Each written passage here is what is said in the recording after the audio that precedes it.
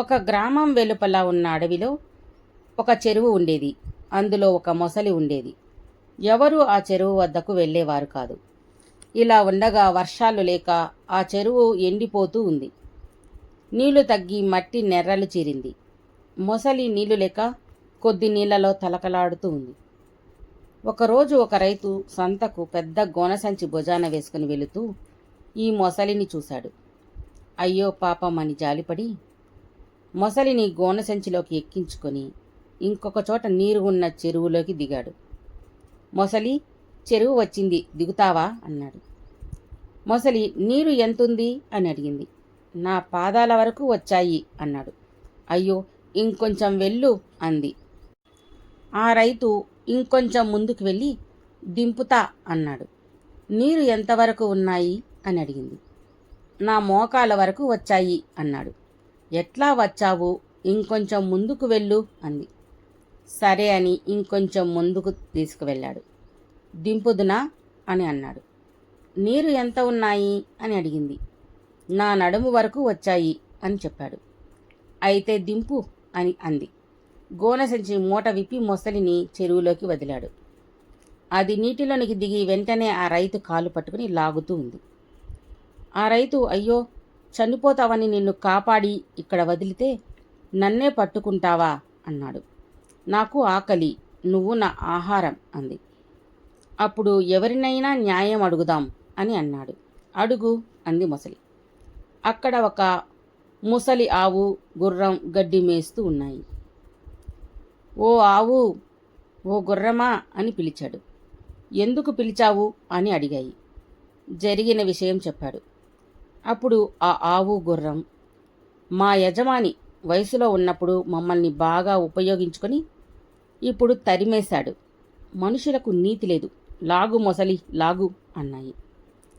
మొసలి చూసావా అని ఒక అడుగు వెనక్కు లాగింది.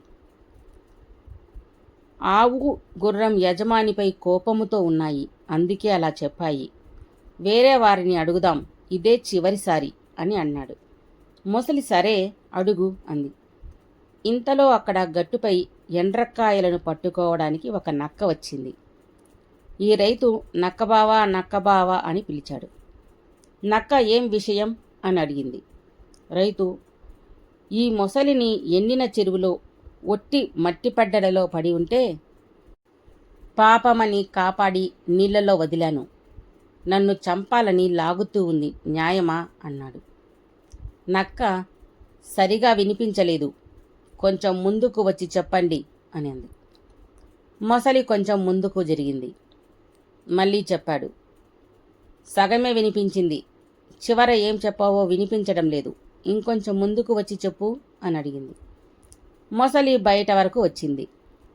రైతు నక్కకు జరిగిందంతా చెప్పాడు. అప్పుడు నక్క, నువ్వు ఇప్పుడు నీళ్లల్లో లేవు, మొసలి ముఖముపై బలంగా తన్ని పారిపో అని చెప్పింది. రైతు వెంటనే మొసలి ముఖంపై బలంగా తన్నాడు. మొసలి ఆ దెబ్బకు నోరు తెరిచి అబ్బా అని అంది. రైతు వెంటనే కాళ్ళు లాక్కొని పారిపోయాడు. నక్క కూడా దూరంగా పరిగెత్తింది.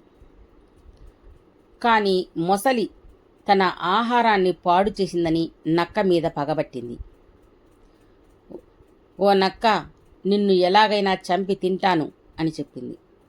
నక్క అప్పుడు చూద్దాంలే అంది.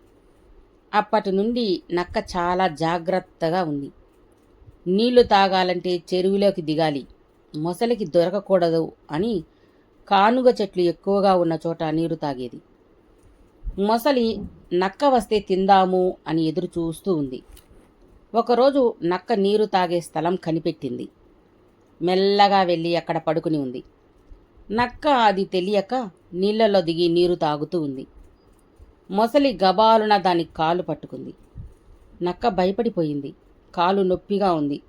అయినా నవ్వుతూ, నువ్వు పట్టుకున్నది కాలు కాదులే, కాలు కాదులే, కానుగేరులే అంటూ పాట పాడుతూ ఉంది. మొసలి వెంటనే దాని కాలు వదిలి పక్కనే ఉన్న కానుగేరును పట్టుకుంది. నక్క పరుగున పారిపోయింది. మొసలికి చాలా కోపం వచ్చింది. నీ అంతు చూస్తా అని అనుకుంది. నక్క నీరు ఎలా త్రాగడమని ఆలోచించి చెరువు గట్టుకు కొంత దూరంలో ఇసుకలో ఉన్న చోట లోతుగా తవ్వింది. నీరు వచ్చాయి. రోజు అవి తాగుతూ దాహం తీర్చుకుంటూ ఉంది. రోజు అక్కడికొచ్చి ఆ గుంతలో ఉన్న నీరు తాగేది. మొసలి ఈ విషయం తెలుసుకుని మట్టిలోనే తవ్వుకుంటూ వచ్చి ఆ నీటి గుంతలో నోరు తెరిచి పడుకొని ఉంది. నక్క వస్తే పట్టుకోవడానికి ఎదురు చూస్తూ ఉంది. నక్క వచ్చి నీరు తాగుదామని చూస్తే మొసలి పళ్ళు కనిపించాయి. నక్క వెంటనే అక్కడ ఉన్న ఆడుకుంటున్న పిల్లలను పిలిచి, ఇసుకకు పళ్ళు ముడిచాయి, చూడండి ఎంత విడ్డూరమో అని చెప్పింది. అది చూసి అక్కడున్న పిల్లలందరూ రాళ్ళు తీసుకుని మొసలి పళ్ళను కొట్టసాగారు. మొసలి నొప్పితో చెరువులోకి పారిపోయింది. నక్క అప్పటి నుండి దూరంగా వెళ్ళి నీరు తాగేది.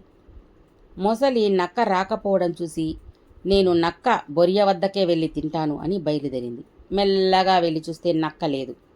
బయటకు వెళ్ళింది. మొసలి నక్కకు తెలియకుండా నక్క బొరియలో దూరి దాక్కుని ఉంది.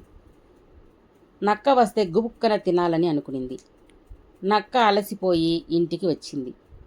పడుకోవాలని వచ్చింది. ఇంతలో బొరియ అంతా తడితడిగా కనిపించింది.